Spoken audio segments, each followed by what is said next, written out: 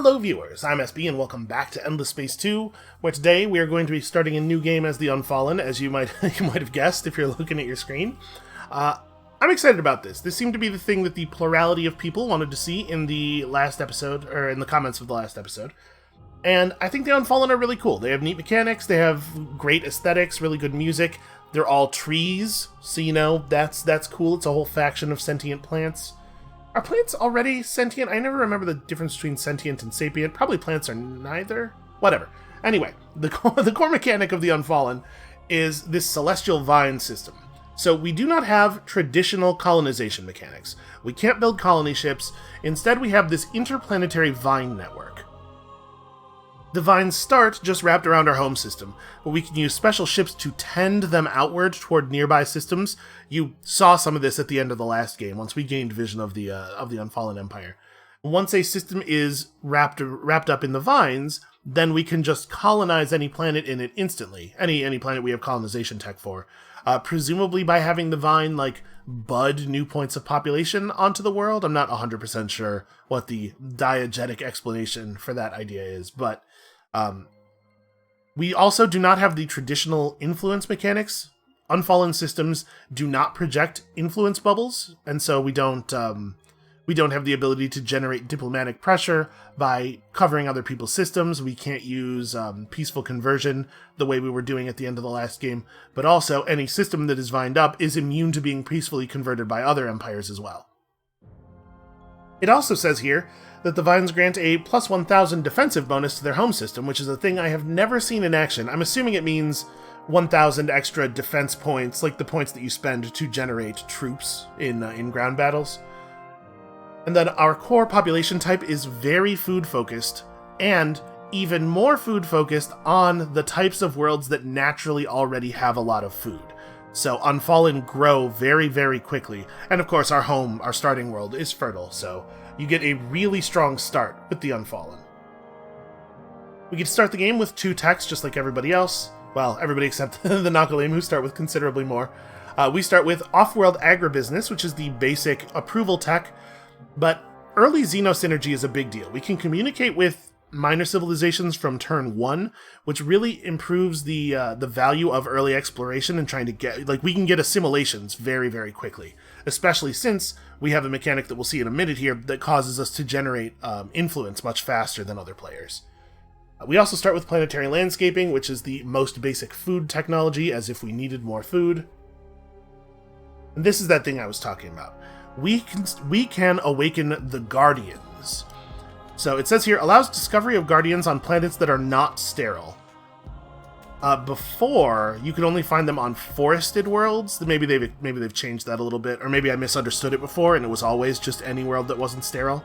But Guardians are like a hidden population point, and they stay hidden until a player with the Guardian's trait sees the world and can awaken the Guardian.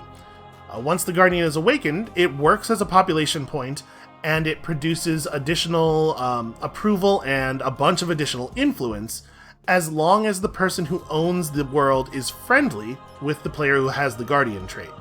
If the Guardian's player becomes hostile, then the Guardian if the Guardian's player goes to war with you, the Guardian population on your worlds will start working against you. They'll lower the influence output of your planets, and it's a thing you have to be wary of when declaring war on the Unfallen, or on, a custom civilization you've created that has a Guardian trait. We are harmonious. We like to have friends. Peace and alliance are real good for us. Thankfully, the diplomacy systems in the game are such that it makes sense to try to be friends with people. Not always the case in 4X games. Mutual understanding gives us a damage bonus on both ships and troops per friendly major faction. A friendly major faction is a major faction that you are at peace with or allied with. As you might have guessed, it's pretty intuitive. And we are resilient. We start the game with an obliterator shield on our home system. I don't think that this trait existed last time I played these guys. Honestly, the last time I played the Unfallen might be before there were obliterators, so that might explain it. Our starting situation has us on Koyasil, a fertile, forested planet. Very good. It's a very strong starting world. With a democracy led by the Pacifist Party, and with, I believe, the Ecologist Party also represented in the government. So early on, ecologist laws I like a lot, and the pacifist laws get good eventually. The starting ones I'm not so pleased with, but it's a strong situation overall. So I turned the galaxy size up to a 12-player galaxy. I turned the competitors level up to 12 because I believe there are 12 civilizations in the game now. I want to apologize a little bit in advance to my colorblind viewers. I know that there are some of you out there. I downloaded an expanded color palette mod, and I tried to get the best contrasts that I could, but some of these still may be kind of hard for people to tell apart. There was only so much I could do, unfortunately. In particular, actually, this AI should probably be changed, because that's real close to our color. We don't have, like, a yellow-green, like something like this. It's pretty close to the yellow-yellow. Yeah, I mean, there's only so much we're going to be able to do, right? How about a red? There aren't that many reds represented. But the whole problem here was that it was kind of orange before, right? We already have a couple of blues. We only have one purple. What if we go for, like, a really light... Yeah, like a lavender? Okay, that's fine. Those players are kind of sort of different colors. We'll just hope that the two blues aren't right next to each other and stuff. Other than that, we're leaving the galaxy settings pretty much the same as they were for the last game. I like to have a lot of stuff set to random because I prefer not to know what I'm going to find out there. I think the exploration part of the game, where you're discovering what kind of setting you've been placed into, is the most fun part of every 4X game. For me. And I'm excited about this. I will say, some of you out there are thinking, okay, now he's playing with a faction he's familiar with. This'll be where he shows us what a well-played game of Endless Space 2 looks like. And let's just manage expectations a little bit. I'm still a little rusty, and I was never the best Endless Space 2 player, so it'll probably be better than that last game, which was a horrible, shambling nightmare. But it still might not be amazing. But we'll delve into some systems we didn't touch much with the other people. We'll try to get, like, trading companies going, and it'll be good. And any minute now, a cinematic's going to start, and I was trying to be in a place where I could stop talking. There we go. Ignorant of other worlds, of other races, we slumbered for ages. We were even ignorant of ourselves. For we knew fire as rebirth, renewal, life, not as death, from above as from below. The carnage of the flames terrified us, but the heart soothed us, and we thought long about what we must do. For this new fire also awoke things inside us. Talents, truths, and a desire to heal the galaxy. Everything begins with fire. But we will not let everything end with fire.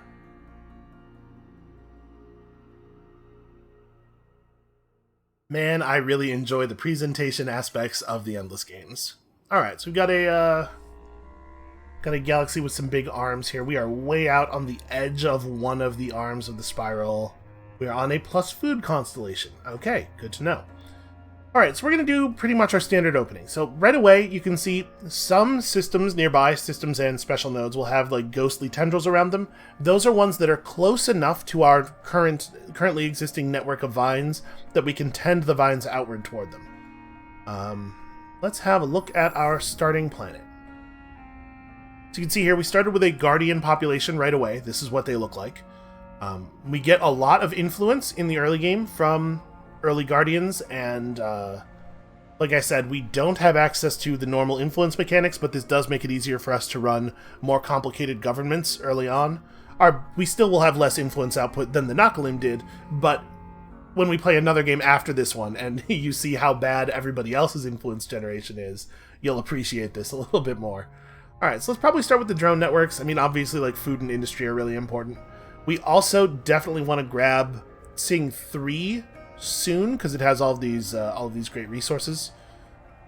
And let's do the standard hero thing here. So we're going to equip our hero. Actually, I didn't look at the design for our scout ship. Okay, so we have 6 move by default, which means our hero is slowing the fleet down a little bit. We probably do not want that to be the case. So let's jam another engine and also a probe module onto this hero ship. So I'm not 100% sure that this is actually the right thing to do in every case. It might be the case, especially if your hero has some... Alright, so we found a Guardian population on Sing 3. We've also discovered the design for the Hyperium Intensifier. That's not a super useful thing to find this early. Yeah, if your hero generates with a useful on-system skill, maybe like a plus food or plus industry thing, maybe it's correct to assign them to be a governor right away. But even if your hero is going to be a governor, I feel like the amount of experience you gain from this early exploration phase is so valuable that I pretty much always do this hero on the scout fleet thing right away. Alright, we also have our Entwiner, sorry. This is the ship we use to tend the vines outward. So, what's the deal with Dill? It looks like it's a cold system. Yeah, Arctic, gas giant. So we're not going to be able to colonize any of these. Ooh, check out that 17,000 Islands Bridge. That's a neat looking anomaly. What does that actually do? +1 all... Wow. That's a very good anomaly. Okay, barren worlds are, unfortunately, quite a few technologies away from where we are. So I guess we'll just use our vine ship to scout out for the moment. We'll just sail right past this. We also have this solar nebula nearby, so as soon as we have the ability to travel outside of the star lanes, we could start entangling this up to get its effects. This might be a game where we focus on our dust economy way more than we did in the last game, just because that'll give us something different to do. And there were some questions in the comments of the last game about how trading companies work, so we're gonna make sure we dig into those here. All right, let's set up our initial government. One thing I like to do a lot is run this law right away, the Cram Exam Act, early on if you have access to it. It gives -2 approval per population, +3 science per population. Our base science output is 19 right now, so that would add 9, like that's a pretty significant percentage increase in our science output. And since we start at this level of contentedness, losing 6 approval literally doesn't change anything, right? It won't take us down into the next quantum. So this is a law with all upsides, no downsides. And early science is really important. We could also run like Toys for Boys or the Peacetime Prosperity Initiative. We're at 52% right now. I think it is the case. The disapproval, the approval threshold that makes you start taking penalties, I think, is at 30. So we could, I believe, run this with no penalty as well right now. Yeah, we're still technically content. We're gonna have to watch that very carefully. But for right now, that's just free money. And then we do need to start a technology. So I think we're going to grab xenolinguistics first. The xeno-industrial infrastructure building is incredibly powerful, especially given that we started with a fertile, temperate planet. I believe we started with a fertile, temperate planet. Yeah. And then we have another fertile planet right nearby that we're planning on colonizing early. And this tech also lets you mine titanium, which we're planning on getting a hold of early. So I think that technology is a total no-brainer. It is almost always the case that you want that real early. Alright, you are out of movement for the moment, so I think that was a pretty solid setup for the turn, and honestly, like a very encouraging situation overall. I will say it's a little bit of a shame that we're so far away from the center of the galaxy, because on this galaxy type, there's almost always a whole bunch of minor factions in the middle of the thing, and we can only properly assimilate a minor faction by wrapping their system in our vines, which is not going to be an easy thing to do here. Alright, I think we're probably just going to have the scout ship chill here for a while and scout and reveal all of that stuff, because that's going to be a ton of XP. Why did our approval level change by so much? I was going to say, the second that our next point of population is born, we're going to have to think about what we want to do with our laws. I was not expecting us to gain 6 approval between turns. I'm not sure why that happened. Well, whatever. It's fine. I mean, it's certainly a good thing. Oh, we should also talk about our collection bonuses. First of all, obviously, both of our population types output pacifist political ideology, and ecologist events also provide pacifist ideology on top of their normal, and we take less militarist and less industrialist. We're probably going to maintain a government that looks very much like this.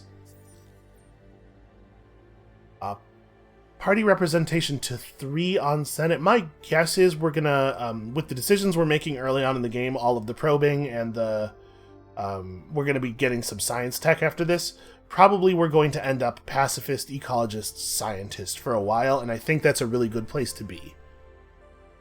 We probably don't want to mess with our government or with our party selection too much. So at 10 points of population, of course, the first collection bonus is always just more political will.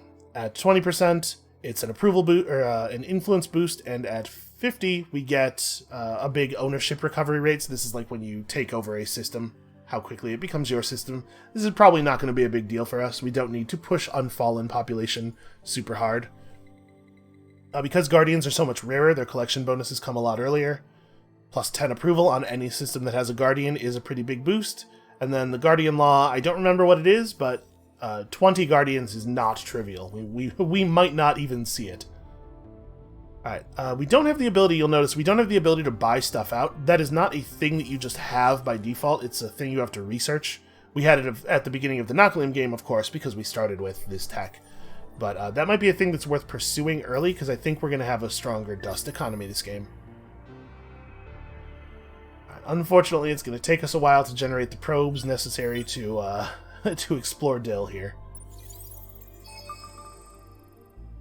And you can see we're already further out than the Vine network will allow us to work. Part of me wants to just send this thing back and start vining up Dill right away, but let's see what's beyond this. It would be a lot more sensible for us to come back and vine Dill right away if we could settle on any of the worlds there. Okay, we've got 2 probes. What do we want to probe? We probably want to leave any atmospheric curiosities for last. Let's start with the 2 ruins. Alright, we discovered 5 XP for our ships. I mean, that's pretty good for the hero. And then also, this planet suffers from Kessler Syndrome. An odd remnant of a past lost civilization, the upper atmosphere of this planet is full of space garbage. Pretty bad, actually. That's a really bad anomaly. And also the design for a better type of torpedo. Let's get Luna Barks'. So what do we going to do with you? Well, obviously there's a food boost available to us. By the time he returns to become the governor of the system, we're probably going to have an okay population going. So Optimal Operations Expert, I don't usually take this first, but this might be worth getting first. We also have access to just a pretty big flat science boost. Honestly, that's probably the right thing to take first. Given our base science output, as poor as it is, we probably should prioritize that. Alright, let's see if there is anything habitable out here. Probably, no matter what we find, we're probably just going to turn the Entwiner around and come back and start fighting up Dill, but I want to know what we're building toward first. Information is valuable.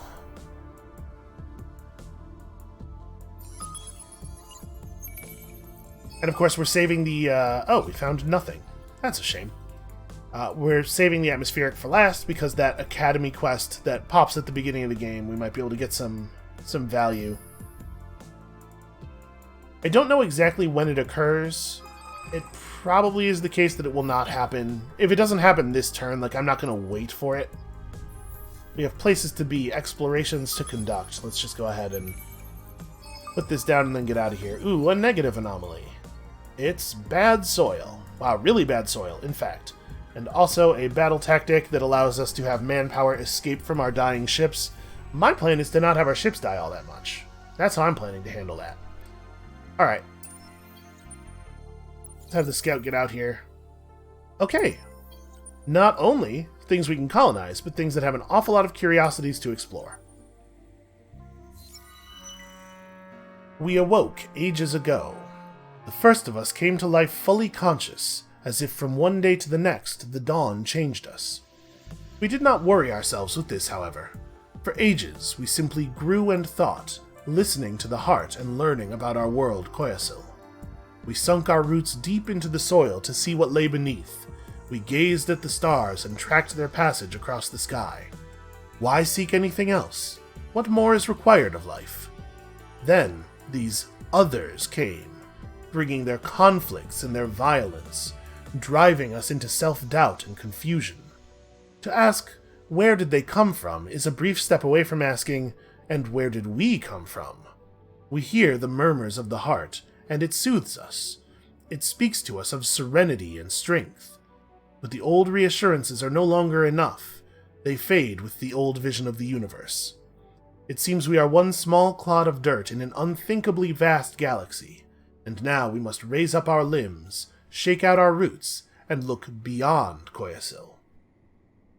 Some say we do not need to look outward. We have Koyasil and the heart, and they will protect and guide us. Some say that the new knowledge is critical to our future, that the violence and aggressive science of the others must be controlled. I do not back either side in this debate. I would not see us limited to Koyasil, nor would I see us enslaving the others. So we can choose to know or to grow, possess 3 new star systems for some trees, or possess 2 anomalies, which is probably easier to do, for a random technology, which is a considerably better reward. I do believe we will be choosing to know here. Some Unfallen insist that we must grasp the new sciences, the new ways, to understand ourselves. Thirds become ships, and ships explore. I kind of love that idea that, like, their ships are just...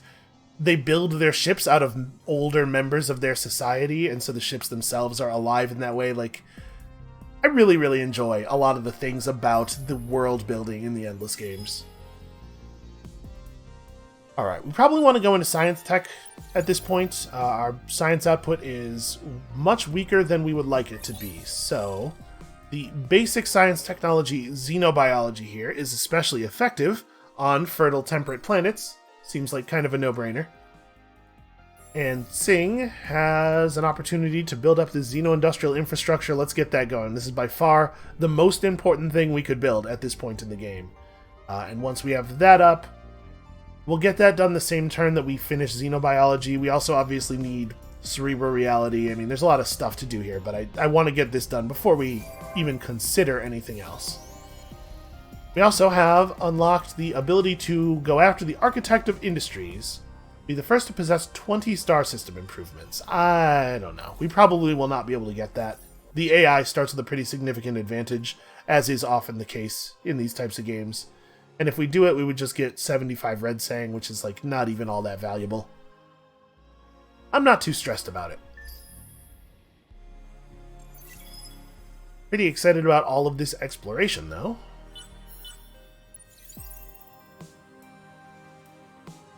And it's been a long enough flight that we'll have a lot of probes available when we arrive. In fact, we might be at full probes. The reassignment cooldown is such that your hero, if assigned to your fleet on turn 1, is reassignable on turn 9. But we will probably at least, if we can't explore everything on Zaturbia right away, we'll wait until we finish exploring it before we send the hero back, because I want to make sure we get all of that XP. Oh, I didn't even talk about our party-based laws, because I know I don't want to run them, but I should mention what those are. So, for starting with the Ecologist Party, we have access to the Green Fertility Bill. It gives food, and it gives a flat food bonus, and then also a percentage resource boost to planets that have anomalies. We do not currently have an anomaly on our home. We do not currently have any planets with anomalies, because our home planet didn't start with one. But this will get really valuable. We will definitely want to run this eventually. Also, keeping an eye on our approval level, just making sure we stay content. The threshold for happy, where we actually receive bonuses, is at 70%, I believe. So if we... excuse me. If we ever get to the point where canceling the laws will put us at 70, we should strongly consider that, but we're not there yet. And this thing has become. So the Behemoth text will be unlocked as soon as we have, as a group, unlocked 34 technologies from the military quadrant. We're probably not going to be participating in this very much. The other players will unlock that stuff without us. Holy crap, look at the number of curiosities here. Well, we should start with the ones on the colonizable worlds, just so that we know what we're looking at here. And none of these are atmospheric. So we don't need to reveal the Guardians right away. Like, we already know what's going to happen when we click the Guardian button. It's going to show us that it's a Guardian. So let's explore the other stuff here too. Early access to blue cat mold is pretty cool. We found a lot of blue cat mold there. We also discovered a titanium deposit on Zeturbia 2, which definitely is like a compelling planet type. And another level up for Lunabarxis, which is awesome. And that leaves us with 4 curiosities yet to explore. I don't know, maybe we shouldn't... We will probably sit here and wait and explore those all before we pull him back to being a governor. Obviously, like, the science boost is valuable as well. We're outputting 34 science right now, and his passive skill is just, at this point, is just 30 science, right? Yeah... Maybe we should snap him back immediately. Well, I guess the bottleneck for Tsing right now is production, is industry rather than science. So I guess maybe it's not a big deal.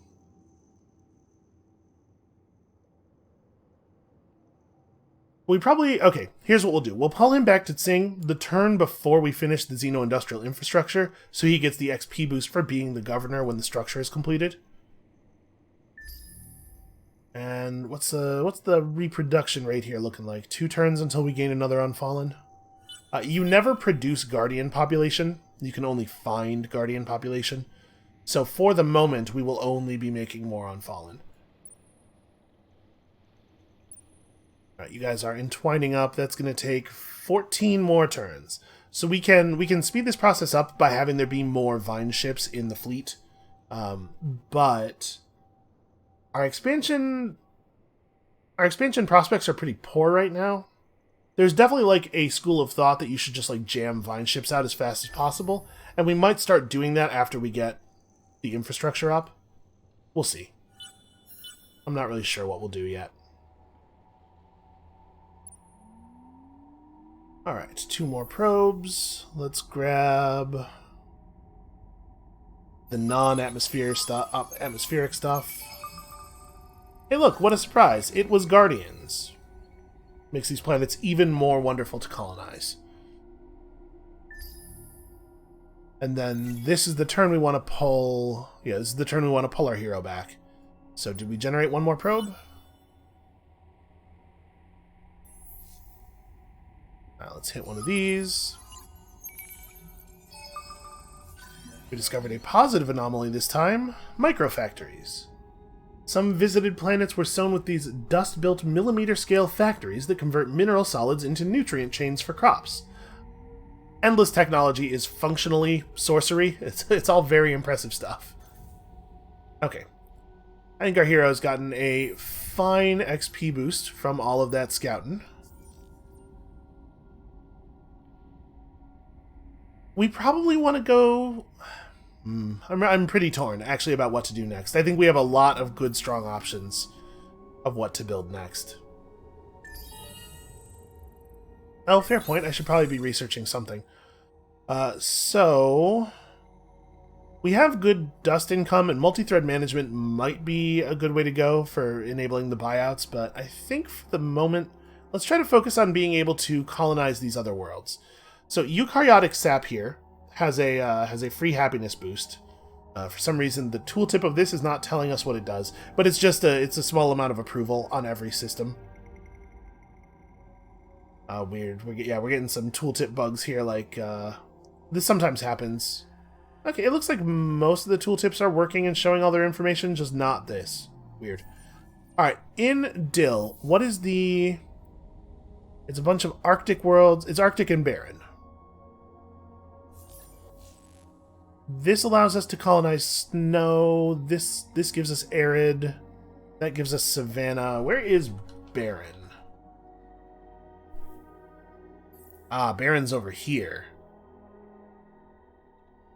We probably don't want to research this next, so it looks like we're just not going to be able to colonize any of those worlds. Colonizing gas giants is somewhere around here. It's deep in this part. Yeah, here we go. In extreme atmospherics. So that's not ideal. That system is just really awkward to get to. I mean, we could get the ability to colonize Arctic worlds. That could be the path we take into that, and we would go through eukaryotic sap to do that.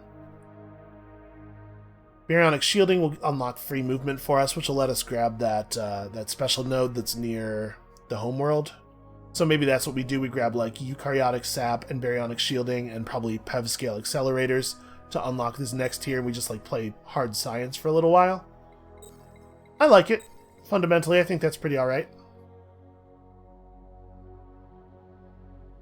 Okay. So yeah, we're good for the moment then. Oh dear, pirates. What a bad time for pirates to spawn here. Well, I mean, it's not like a bad time. What a bad place for pirates to spawn. It's very inconvenient for me. Looks like we might have to develop military technology a little bit earlier than I would like.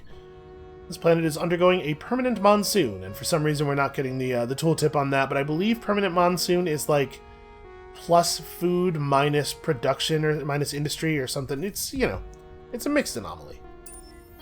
It's got some downsides. Well,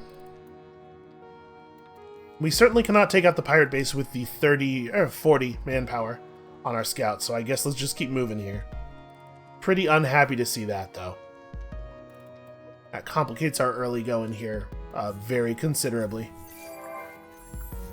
Alright, a decision must be made. We probably want to lean into science. We probably want to grab cerebral reality now.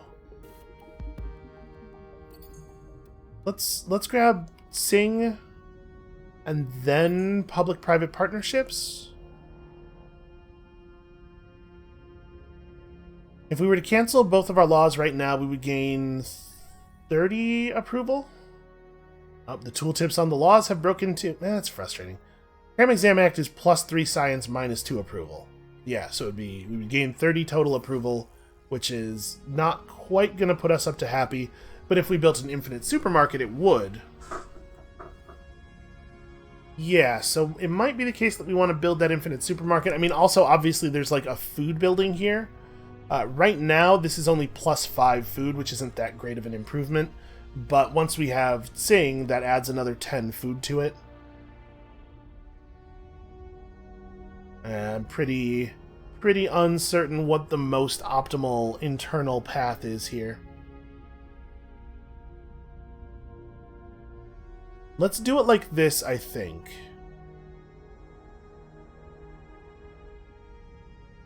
If we take infinite supermarkets, we kill both of our laws, we're going to lose some science and some food, or some science and some dust, but we'll gain some science and some dust back, and we'll also gain food output from the system being happy, which is significant. You know, early on food is a big deal. So actually that probably means like we'll gain 15% bonus food, I think, which is considerably more food than the sustainable farms give. And then maybe we do it like this even? Like maybe that comes before cerebral reality? That's a lot of turns worth of production we're talking about there. Although I suppose maybe it's right to do this because getting another planet is going to immediately give us more industry.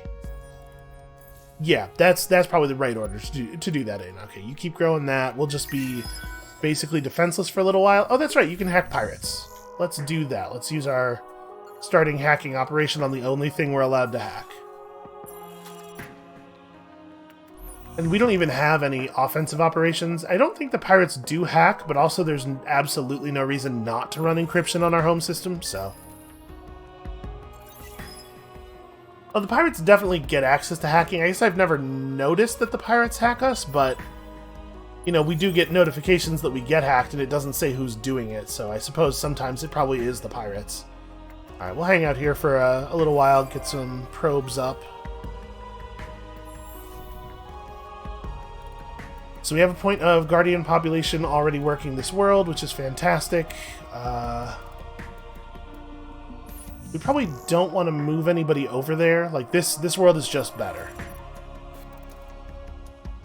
And we're already at 45%, since we now are gaining the benefit of this thing. So now is when we want to kill those laws, right? So that puts us up to 77%, which is giving us 15% everything. Oh, sorry, it's only 10% food and influence. But still, food. which means the infinite supermarkets can actually wait. Well, we ended up so much higher than I was expecting that actually the infinite supermarkets would now put us to ecstatic, which is a larger boost and definitely worth having. So yeah, actually still do that. Alright, we'll have to manage that carefully. We'll keep an eye on it, because over-colonization of that world is also going to affect our approval levels, but as long as we keep an eye on it, we can get some very, very good early food generation here. Alright, what do we want to search first? Oh, pirates. Search this quickly. Okay, the pirates have chosen to go elsewhere. The Oregon Confederacy seeks only Wait, knowledge. that might have been a Vaulter ship. To call home. I saw red and assumed pirate, but that could have been this color. Yeah, it totally was. That's a scouting fairing. We found blue cat mold. What a surprise. It turns out there's a lot of blue cat mold out here. Man, I'm really bummed out about this, because we have to take out a pirate base before we can settle a second system. Well, it may be the case that we end up with the colonization text for Dill before we can clear that pirate base out, and Zaterbia may end up being third. Alright, oh, that's right, we got our eukaryotic sap. That's part of the happiness levels being better than I thought they were going to be. And actually, eukaryotic sap... Oh, you know what? Eukaryotic sap is +5 approval per planet, not per system, I think. So that actually puts us over the ecstatic threshold by itself, even with us slightly over-colonizing this planet. Well then, things are going splendidly.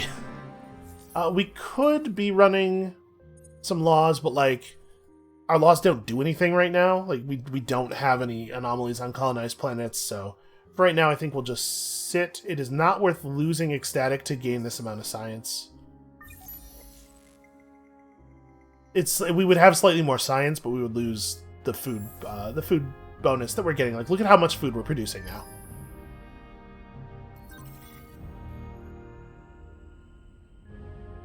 Yeah, so we're going to fill up these 2 planets very quickly. And then there's an Arctic world here. Okay, pirates and minor civilizations have access to hacking ops. That's alright. We are as encrypted as we're getting. Well, I'm really glad I didn't go super aggressive. It looks like they scouted that other curiosity before we could. I'm really glad we didn't go aggressive on building vine ships, because we really can't make use of vine expansions very much right now.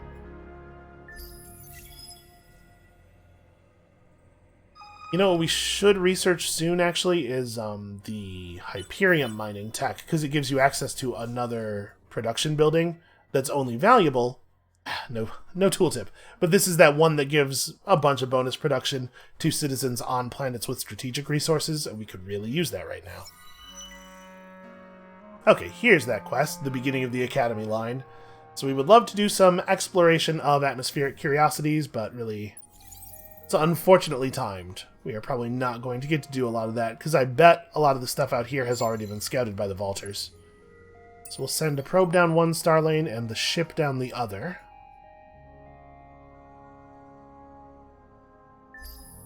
And we are rapidly approaching that first election, which is not going to be anything like terribly special for us.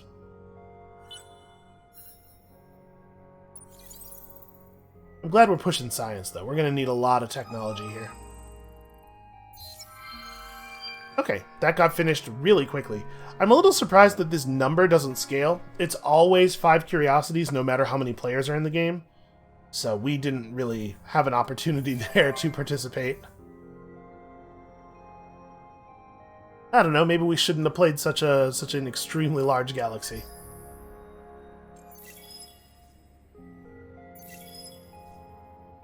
Right, we gotta keep an eye on Sing as population continues to generate, yep, so that when we hit this point we can move one of these pops over to here, lower the over-colonization penalty. It's true, we were not the first to control 4 star systems in the same constellation. It's turn 18. That's some very impressive work that someone out there has done. I think this is a fine time to grab Optimal Operations Expert. We already have 8 population, 9 population next turn.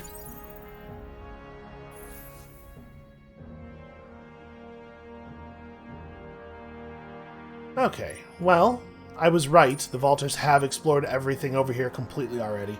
I was kind of expecting to find one of their systems, though. Oh, hey, Mavros.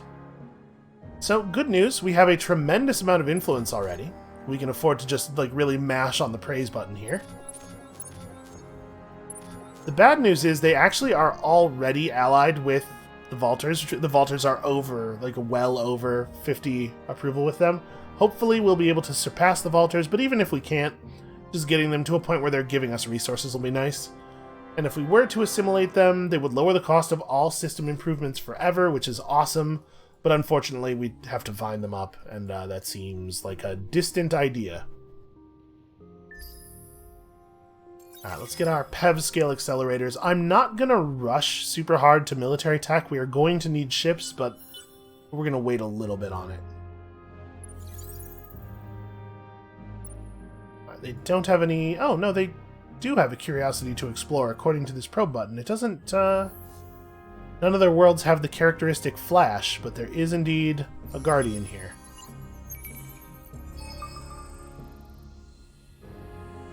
Okay, and then we just have to guess which direction to go. You know what? I'm going to wait till next turn, since we only have 1 point of movement anyway.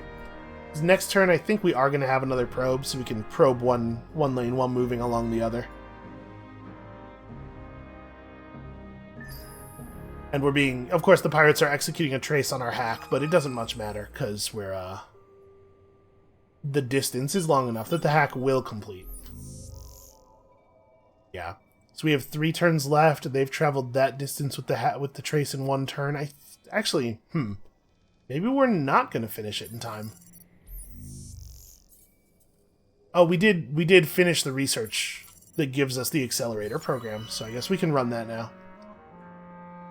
An emissary from the Academy arrives. We know this quest. So we can discover 4 systems outside the constellation for the Ram Scoop, or investigate new curiosities for the probe microfactory. I just don't think the microfactory is any good at all. So we're going to go ahead and take this one. Alright, so where are we relative to the center? I think I want our scout to move more toward the center. So we'll send the probe this way, and we'll fly the ship that way. I want to get to the center because that's usually where the big cluster of minor factions is, and I would like to get them, if not assimilated due to our mechanics, at least sending us free stuff.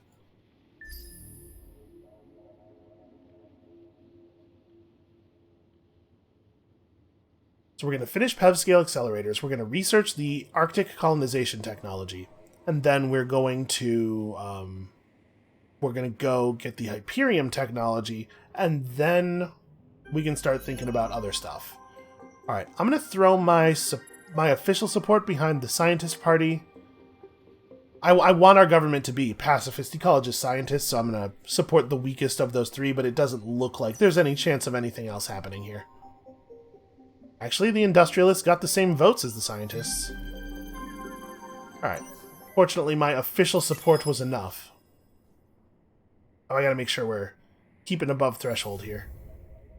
Oh, we're overjoyed, actually.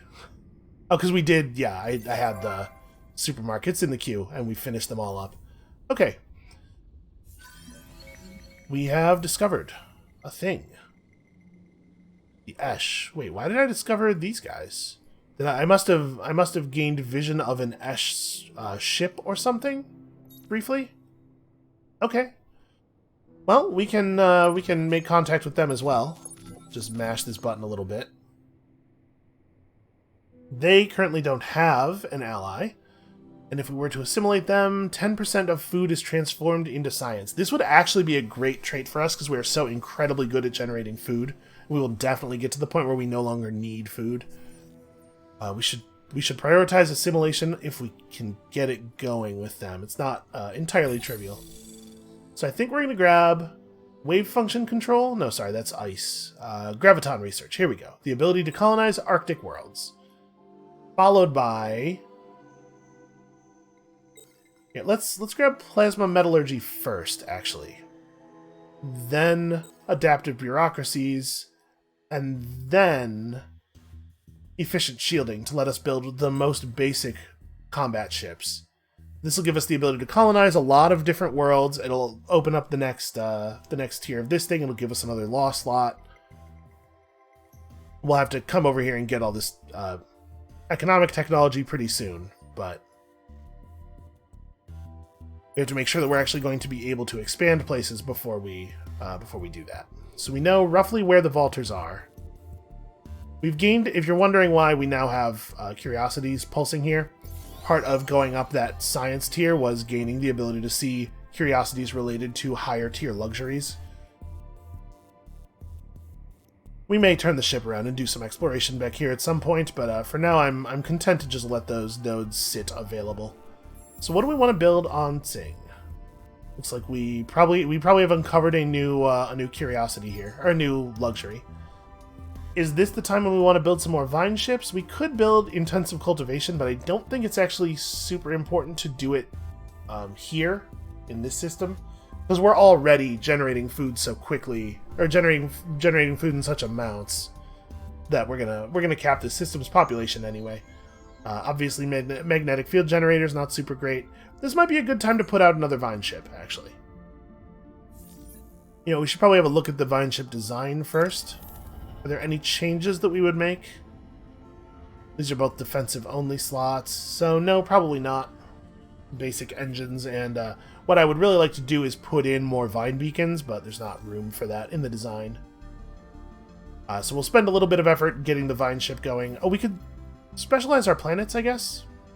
We may as well do this. We can exoscience stations here.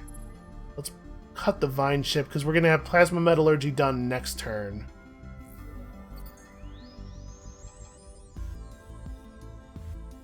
How much science are we outputting right now? Like, how big is this? We're outputting enough that 1 point of science on 8 population isn't that big of a deal. And I know this is less total science right now, but it will be more total science pretty quickly. And then we'll start building the interplanetary transport network, which obviously is tremendously valuable. Okay, I like that. I like all of the elements of that plan. This does mean that we don't have any warships until close to turn 40, but I don't think it's going to be a big deal.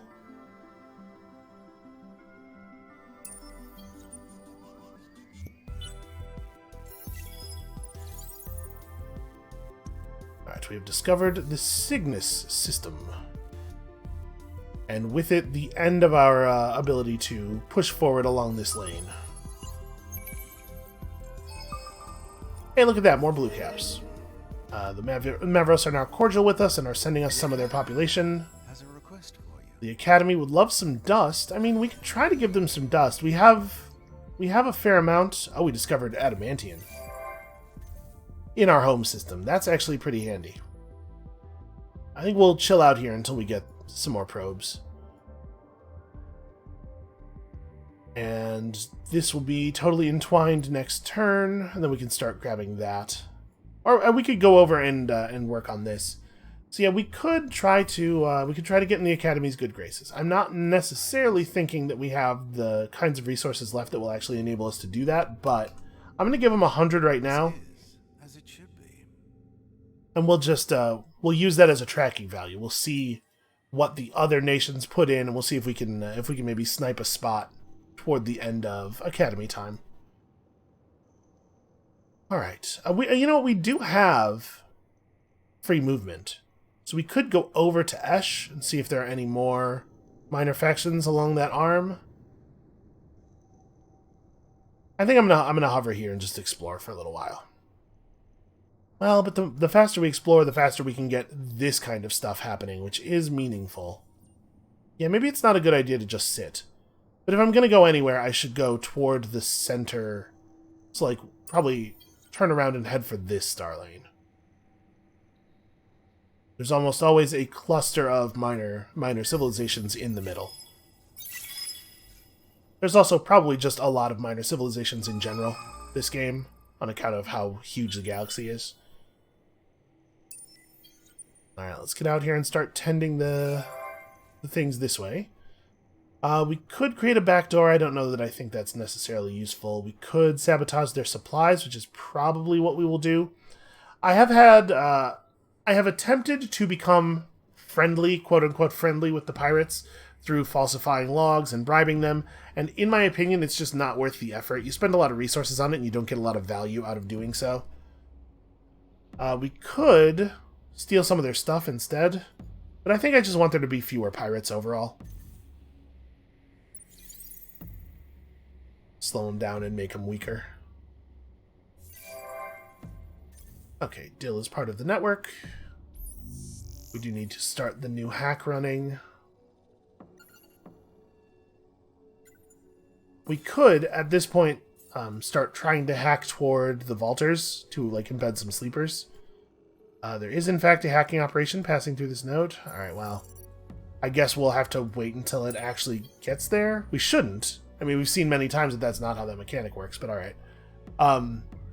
But running anything through the pirate network is just going to have the pirates cancel it no matter what, so... Out of the blue, some Kalgaros have landed on Sing. Kalgaros are a fine population type. They just give a bunch of approval, which obviously is a thing that is valuable. And they put more bodies on Sing, which is itself pretty valuable. Alright, interplanetary transport network. And then I guess this is when we do the specialization here because we don't have anything else to do for a little while. But that's probably not as valuable as just getting another Vine ship out. Dramatically increasing the rate of vining. So yeah, we're playing a pretty slow internal start here. This is not my favorite thing to do. I like to expand really quickly and aggressively, but our unusual position and the pirates and everything have made that more difficult than I would like.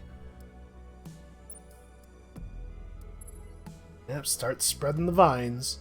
And I mean, this is a nice node to take over. The 50 raw science will be very helpful. I think we want this over this, even outside of the fact that obviously we need this first because it's the only way to get to Zeturbia.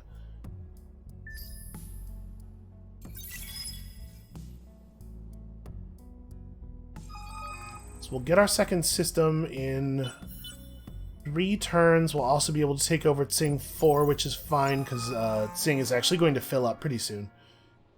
Oh, the mind control helmet. Well, we don't need 10 approval on Tsing. I think I'm going to take the double XP gains. Right, because Tsing is already, yeah, ecstatic. Maximum ecstatic. Let's go ahead and take the XP gain. I'm not too worried about the militarist ideology. We are not in any danger of the militarists showing up in the Senate. Not yet. Okay, even more stuff. So ordinarily this would give us access to the assimilation quest, but if we are not the player with the highest approval from them, we cannot take the quest, and in any case it wouldn't be worth a ton for us to do it anyway. Alright, so just keep building. I feel like there was something else I was going to do this turn, but I don't know what it would be. Oh, we should look at the bonuses for the Kalgaros. Do we want to try to tend the Kalgaros upward? Well, it's a little awkward that their preferred luxury resource is a tier 3. At 20, they give us plus 20% influence, and at 50, they give us the Happy Sardines law. It's weird that some of the minor faction laws, or some of these tooltips give you the name of the law, while others just say the race law. But yeah, unfortunately, we don't have the ability to tend their population upward. Oh, you know what we do have, and I should definitely have enabled before this, is the Dirty Hands Act is now available. Cheaper system improvements.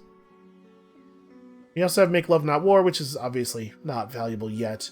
We might be high enough on approval that we could run the Cram Exam Act without losing our devoted status. Let's see. 80, 127 minus 12, so we're at like 115. We have 14 points of population, so we would be just barely, like, the birth of another population point next turn would take us just below devoted. Oh, except that the Kalgaros give plus approval. But he'll also be in a disapproval generating slot on the planet. So we probably should not do that. We could, however, just run the law that is a flat minus 20 approval and get all that extra money. That's a thing we can do totally safely, because that'll keep us, at about 95%. Approval's good. It's nice to have it. So I'm hoping that the Vaulters... that's a bad sign. I was about to say I'm hoping the Vaulters aren't going to expand out here, but with them getting control of the Mavros system, there's very little stopping them from expanding out here. So we've discovered that rejuvenation field, which is where the Vaulters start their game. Harmony are paying up. Hopefully the Vaulters have not become aware of the Harmony. I guess the probe that we shot from IMEX to Zoo got just close enough to Ash. It shouldn't have given us vision of them. I'm not sure what happened there. I have no idea. I have no idea why that's like that. Alright, so the hack is moving rapidly towards Zeturbia. And we have very little to do except to continue the march. Basically all we're doing is keeping an eye on this guy. We're definitely going to continue along the lower road here, because like I said, my primary concern is getting into the center of the galaxy. We can send a probe off the other way here.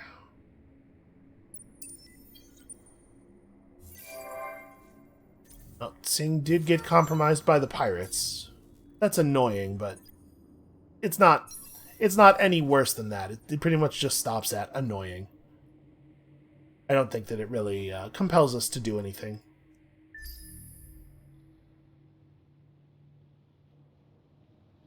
I believe that when we create a population point on Dill, it will not pull any population off of Tsing. I think.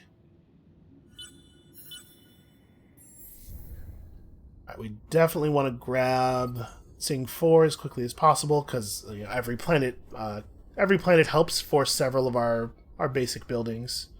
Have per planet bonuses. And then, like, Graviton Shielded Laboratories is just a really good building that is available to us now.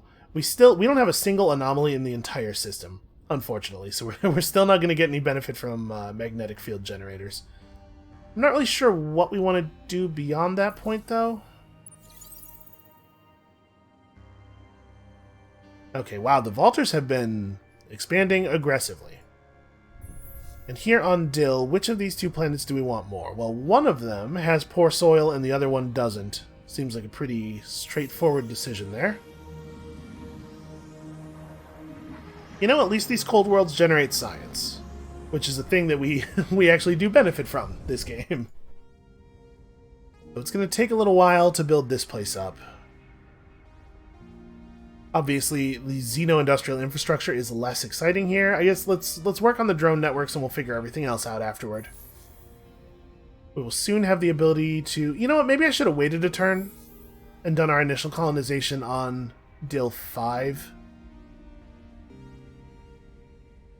That might have been the right thing to do.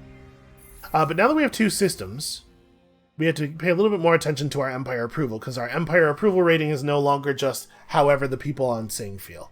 For right now, it's not a big deal. It is a slow expansion.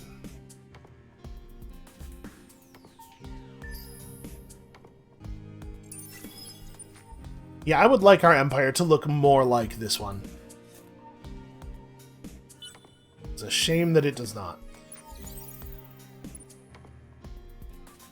Okay, we found their home system. We could explore their curiosities, but I honestly don't think that there's a lot of value in doing so for us. Let's just continue to explore. We're getting close to the center. So right now, this constellation is controlled by them, right? How do I get the constellation label to appear? This should be the right zoom level, I think. Yeah, I don't know. I don't know why it's not, Okay, well, I mean, whatever. It's definitely not us. They probably control it. I was kind of curious if we could determine from the control label whether we were the only two on this constellation or whether there was a third. Let's get the Vine ship going. We'll merge these two up.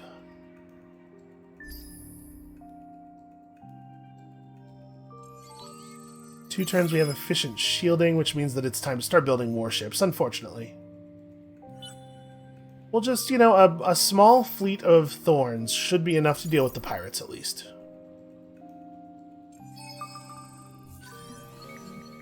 We discovered an asteroid field way out here, and unfortunately, not a way from there any further toward the center. So I'm just going to fire a probe toward the center, and we're going to try to reveal something. We do have the ability to move through free space. And we are now the sovereign of this faction. Unfortunately, we can't vine them up, but hey, look at that. They're still giving us stuff. Actually, we should probably praise them 2 more times. We want to make sure we get to 75, because at 75 approval, they give you the last boost in resources. Yep, they've begun the trace. Not a lot we could do about that. And you are lying to me. You do not, in fact, need orders. We might have him go back to Primus and just explore stuff. You know, sometimes you get loot. Ooh. Nakos and the planet Sahar. The Sahar at first appears to be just another dry planet devoid of anything other than the simplest of life forms. Faint geometric patterns that beg to be investigated seem to be etched on its surface. Initial scans indicate the surface ruins do not appear to be related to these patterns. There is clearly a story here, of some form of civilization, but nothing remains that can be easily documented from orbit. Only excavation and exploration might potentially reveal what may once have existed. So Sahar, I believe, produces just a huge amount of dust. Oh no, it's a huge amount of industry. Okay. And then there's a tundra planet here with decent resources, some titanium on another tundra planet. Psychoactive air, which, you know, has its upsides and downsides. And then just a crummy ice ball, but like, you know, it's a lot of science. That's a good system. It's a shame that there's basically no chance that we will get to colonize it. At least not anytime soon. Alright, go ahead and move over here, I guess. I was thinking we could just wait here and hope the probe finds something and sail out to it as quickly as possible, but that's probably not actually a good way to do that. Okay. Merge you two up and vine that twice as quickly. We did gain a law slot. So did we, yeah,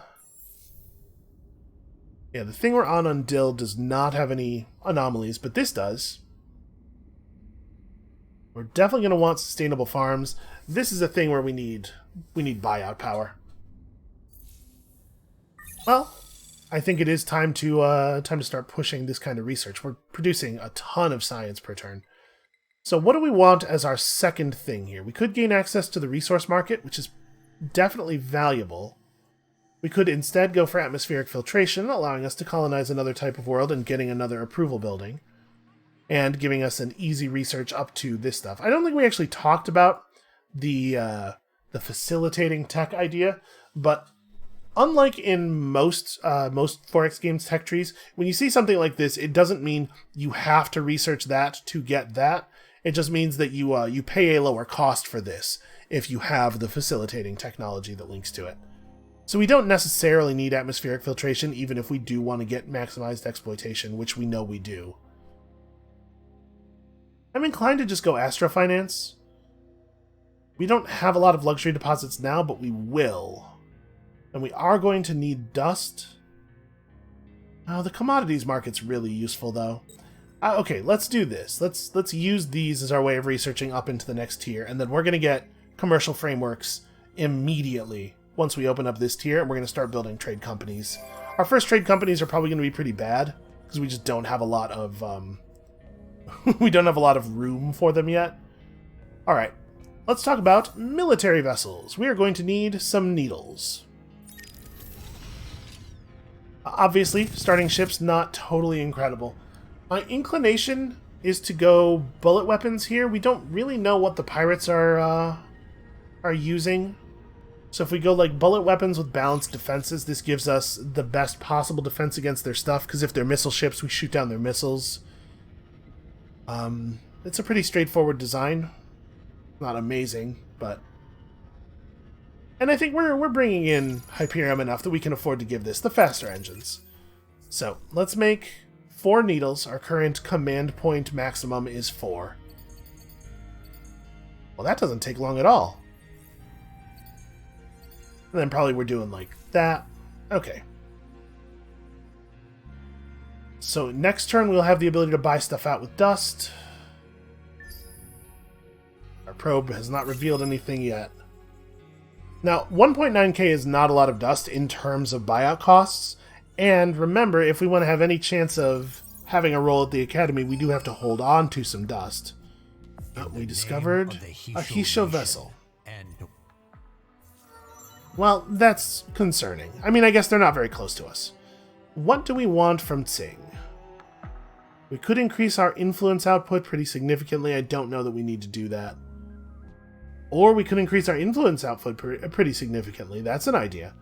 Oh, we should take this. We should take a point of star trekking instruction, because that's just one movement for all of our fleets. That's like an incredibly valuable skill point. Good thing for a senator to have.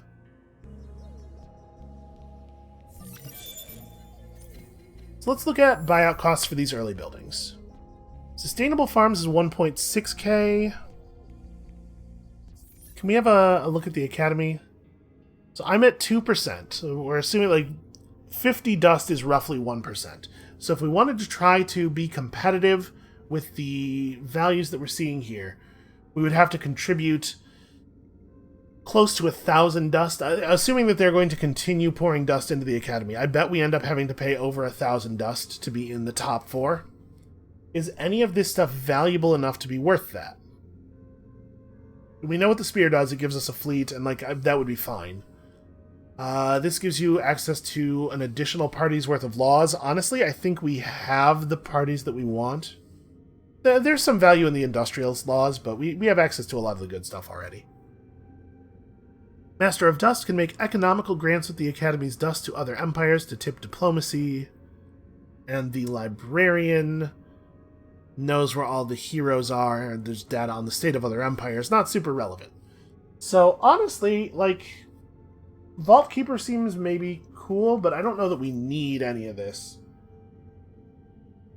Getting access to the Spear Fleet would help us deal with the pirates, but we're already on the way to being able to deal with the pirates. I'm not too stressed about that. I think we're not going to bother with this. We'll go ahead and use all of our dust to just buy stuff for this system. So let's buy the drone networks and also the sustainable farms. Work hard on getting Dill 5 colonized and all the population moved over there. That would have been the smart move from the beginning. And then as soon as we have that done, we want to run the green fertility bill to give us the extra resources there. And yeah, I think that makes sense. I think we're doing a sensible thing here.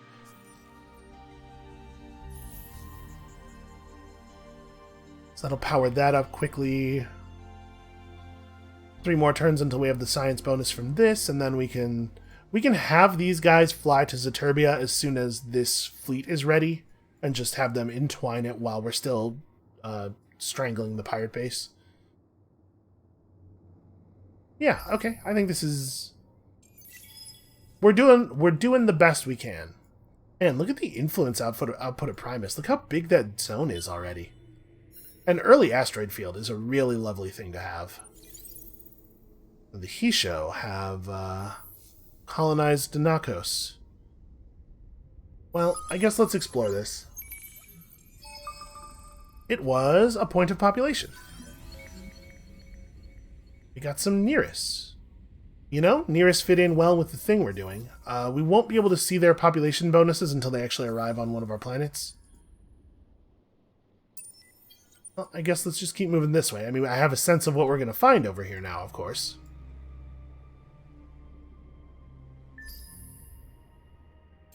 And I do see that we are over the hour. Let's get our needle fleet in place around the pirate station before we call it here. We actually have one more command point available than I thought we did. You guys fly over to Zeturbia. They changed the base command point level? I thought it used to be 4. What do we have another command point from? There's probably nowhere where I'm going to get like a mouse over of what gives me command points. Okay, well, I mean, I guess let's have the full fleet. Let's make finishing that fleet a priority. Looks like next turn we'll probably have that under control. Dill gets its new planet next turn. And we are grabbing commercial frameworks right now. Neural robotics, obviously, is coming right afterward. But I want to get those trade companies established early, and we're going to make some money. And unfortunately, I managed to shoot this probe in such a way that it revealed absolutely nothing. We also do now have access to our first system development, and it's going to be this. We have just enough blue cap to do one of those, so we may as well commit that design now. And doing that system development is way more important than doing either of these things. This is an awful lot of work for 30 science, whereas this will give us 60. But I'm really happy with our, like, especially for as spatially restricted as we are, I'm really happy with the way this has turned out. Alright, let's, do we need to slow the pirate fleet down? We have ships on the way to just destroy anything they put out. This might be a time where hacking their auto droids is the only one that's going to give us any value at all. 300 dust is value. It is that thing I said.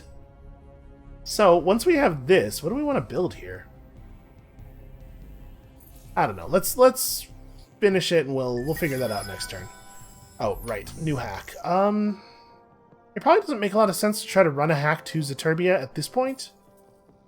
But also, what else would we do with it? I guess we run it to here? Go get him.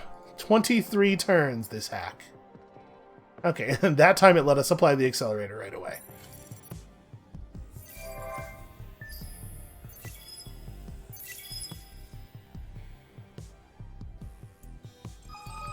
Alright, our research rate is actually pretty impressive, I think, for effectively only having one system and this early in the game. I'm pleased with it.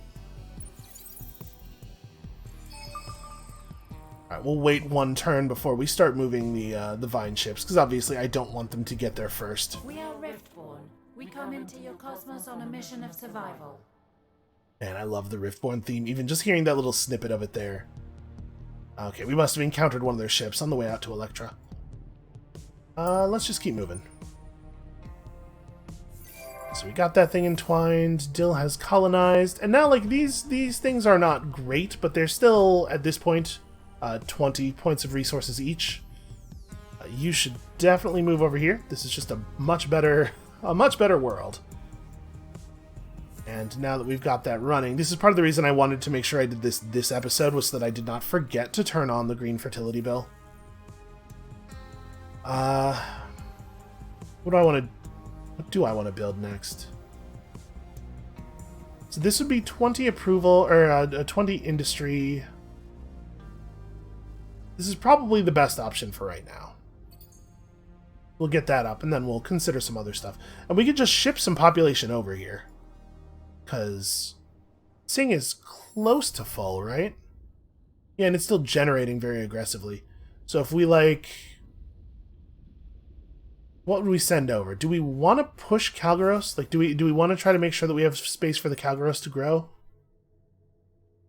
Their approval boost is only okay, and I don't love their religious political output, especially the fact that they get religious from pacifist events, which we're going to be doing a lot of, because I don't really think the religious laws fit what we're doing very well. I think we probably just send Unfallen across. So let's ship... Oh, sorry, we can't do it until the modernization is complete. Keep Sing clear of enemy ships for 10 turns, almost certain to occur. Without me putting any effort into it at all. Alright. Let's do one more turn here. So yeah, we can ship some population over to Dill to accelerate what's going on there. Obviously, like, the population points on that planet with the 17,000 island bridge are extremely productive.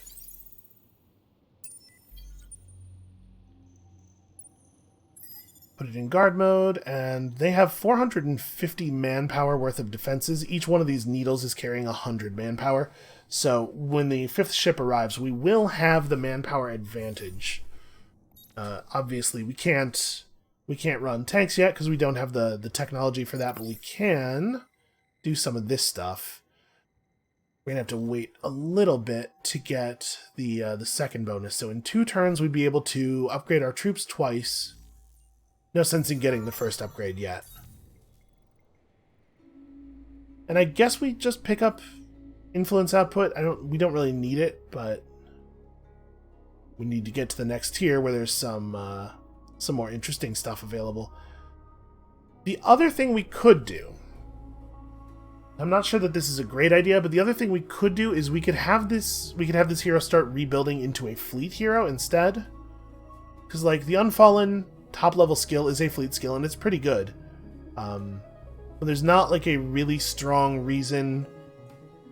There are no skills left that are really strong for governing purposes, so we might want to just convert him into, like, a plus damage, plus healing rate kind of guy.